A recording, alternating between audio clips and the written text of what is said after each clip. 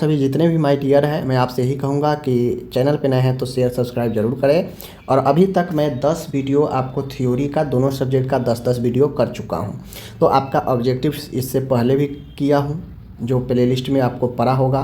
और अभी फिर से आगे हम लोग ऑब्जेक्टिव्स देखते हैं, बहुत शानदार है, पूरा बेसिक मजबूत हो जाएगा। ऑब्जेक्टिव्स आपके अंदर की नॉलेज देता है, ठीक है। आप कितना भी ऊपर ऊपर से पढ़ लिए सब्जेक्टिव, लेकिन अंदर के पॉइंट कुछ कुछ नहीं पता है तो आप फेल हो जाएंगे।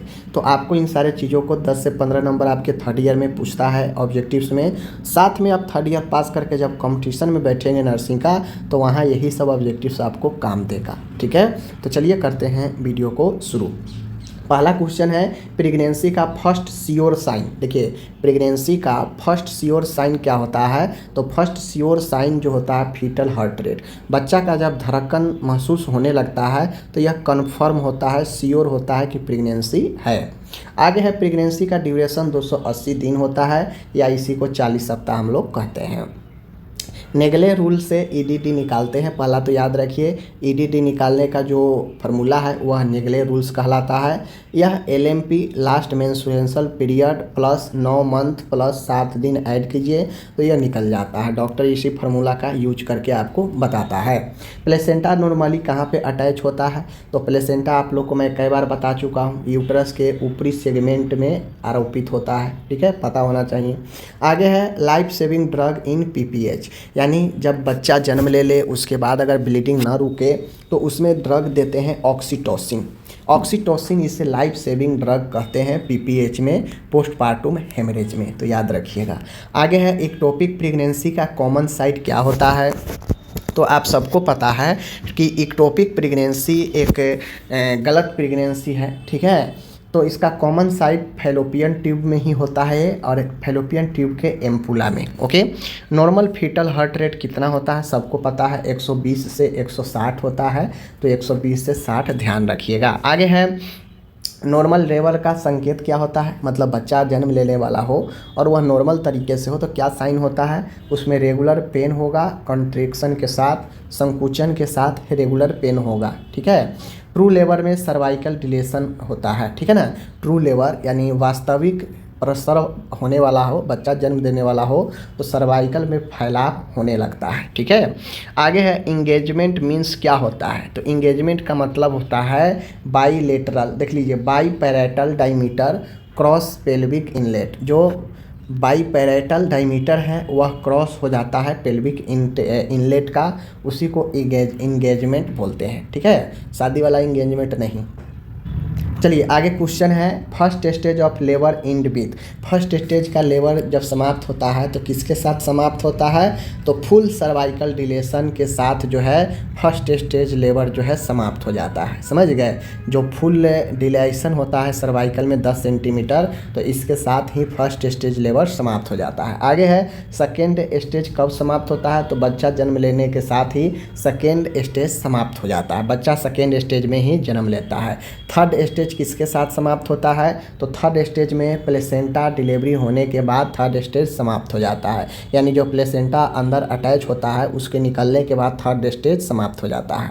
Active management of third stage, तो active management of third stage यानी थर्ड स्टेज का जब एक्टिव होता है तो उसमें क्या क्या मैनेजमेंट करते हैं? तो AMTSL, AMTSL, आप लोग AMTSL का कमेंट करके बताइए, ठीक है। आगे है most common cause of early PPH. सबसे महत्वपूर्ण, सबसे कॉमन कारण में पीपीएच का क्या होता है? तो यूटेराइन, ठीक है ना, यूटेराइन एटोनी यूटेराइन होता है, जहाँ पे यूट्रस अपने टूटे हुए जो ऊतक होते हैं उस पर कंप्रेशन नहीं करता है, जिससे ब्लीडिंग होते रहता है। लोकिया रूबरा, देखिए लोकिया रूबरा के बारे में जानिए। लोकिया रूबरा लास्ट 1 से 3 दिन लोकिया रूबरा दिखता है। जन्म के बाद जो 1 से 3 दिन का ब्लीडिंग होता है उसमें लोकिया रूबरा होता है। लोकिया सिरोसा लास्ट 4 से 10 दिन, जब 1 से 3 समाप्त होता है तो 4 से 10 दिन में लोकिया सिरोसा होता है। और लोकिया अल्बा, ठीक है, लोकिया रूबरा, लोकिया सिरोसा और लोकिया अल्बा, यह 11 से 21 दिन होता है। तो ये चीज़ तीनों महत्वपूर्ण है, याद करके रखिए। आगे है प्री एक्लेम्सिया में क्या लक्षण दिखते हैं? तो प्री एक्लेम्सिया में उच्च रक्तचाप, हाइपरटेंशन, सूजन बॉडी में और यूरिन में प्रोटीन आना, ये 3 महत्वपूर्ण लक्षण प्री एक्लेम्पसिया का है। लेकिन इन तीनों लक्षण में अगर इन तीनों लक्षण में सीजर, दौरा अगर जुड़ जाए तो वह एक्लेम्पसिया का लक्षण बन जाएगा। तो बात समझ लीजिए। तो एक्लेम्पसिया का ट्रीटमेंट क्या होता है? तो एक्लेम्पसिया का ट्रीटमेंट में दौरा को रोकने के लिए मैग्नीशियम सल्फेट MgSO4 दिया जाता है। ओके, चलिए आगे देखिए। आगे है normal position of foetus. Foetus के लिए नॉर्मल सामान्य स्थिति क्या होता है? तो लेफ्ट ऑसिपिटो एंटेरियर। फीटस का नॉर्मल पोजीशन क्या होता है? तो वो होता है left occipito anterior, LOA, left and occipito anterior. Bishop score use for, Bishop score किसके लिए यूज करते हैं? तो इंडक्शन ऑफ लेबर, ठीक है ना, इंडक्शन ऑफ लेबर के लिए बाइसोप स्कोर यूज करते हैं। आगे है डिस्टोसिया मीन्स क्या होता है? तो डिस्टोसिया का मतलब होता है लेबर में कठिनाई होना, लेबर में डिफ़िकल्ट होना, यह डिस्टोसिया, ठीक है ना, याद रखिएगा। आगे है डी फॉर डिफ़िकल्ट और बाकी याद रख लीजिए। कोड प्रोलैप्स इमरजेंसी, मान गए नाभि नाल प्रोलैप्स कर गया तो उसके आपातकाल में कौन सा पोजीशन देना चाहिए? तो नी चेस्ट पोजीशन, नी चेस्ट पोजीशन देना चाहिए कोड प्रोलैप्स के इमरजेंसी में। ओके, आगे बढ़िए। मस्टाइटिस कॉमन ऑर्गेनिज्म क्या होता है? तो मस्टाइटिस का सबसे समान सूक्ष्म जीव है जो मास्टाइटिस। मास्टाइटिस में स्तन में इन्फ्लामेशन, सूक्ष्म जीव जो होता है स्टेफाइलोकोकस ऑरियस, ठीक है, स्टेफाइलोकोकस ऑरियस के कारण। आगे मैं बढ़ता हूँ तो ब्रेस्ट फीडिंग प्रिवेंट, आप ब्रेस्ट फीडिंग को रोकथाम कर सकते हैं। ब्रेस्ट फीडिंग प्रिवेंट करता है किसको? तो ओवेरियन और ब्रेस्ट कैंसर रिस्क को। अगर अच्छे से ब्रेस्ट फीडिंग कराया जाए तो वह ओवेरियन और ब्रेस्ट कैंसर को रिस्क को कम करता है, ठीक है। आगे है यहाँ पे कंट्रासेप्टिव स्पेसिंग मेथड, यानी कंट्रासेप्टिव में स्पेसिंग मेथड, अंतराल मेथड, यह कॉपर टी होता है जो इंट्रायूटेरिन के अंदर लगाया जाता है। परमानेंट फीमेल स्टरलाइजेशन क्या होता है? तो महिलाओं में अस्थायी जो बंध्याकरण होता है ट्यूबेक्टोमी होता है और पुरुषों में होता है वैस्कोटोमी, ठीक है, तो दोनों याद रखिए।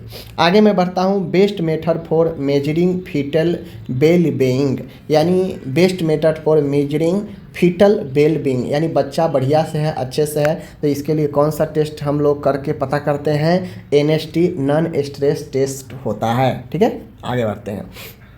आगे है Apgar scoring done at, Apgar score जो चेक करते हैं जन्म के 1 मिनट और 5 minute. Okay, normal amniotic fluid at term, एक नॉर्मल सामान्य प्रेगनेंसी में जो नॉर्मल एमनियोटिक फ्लूइड होता है पूरा टाइम प्रेगनेंसी का, वह 800 से लेकर 1000 ml होता है, ठीक है, याद रखिएगा। आगे मैं बढ़ता हूँ तो molar pregnancy hallmark, molar pregnancy में क्या चिन्ह होते हैं? तो show storm appearance on USG में स्नो स्टॉर्म अपीयरेंस होता है मोलर प्रेगनेंसी में। आगे मैं बढ़ता हूँ मेनोपॉज हार्मोन, मेनोपॉज में हार्मोन ईस्ट्रोजन हार्मोन की कमी होती है। जब मेनोपॉज होता है, जब महिलाओं में मासिक धर्म रुक जाता है, यानी वहाँ पे एस्ट्रोजन हार्मोन की कमी से, ठीक है। आगे है fibroid uterus in tumour of smooth muscles leiomyoma, ठीक है ना।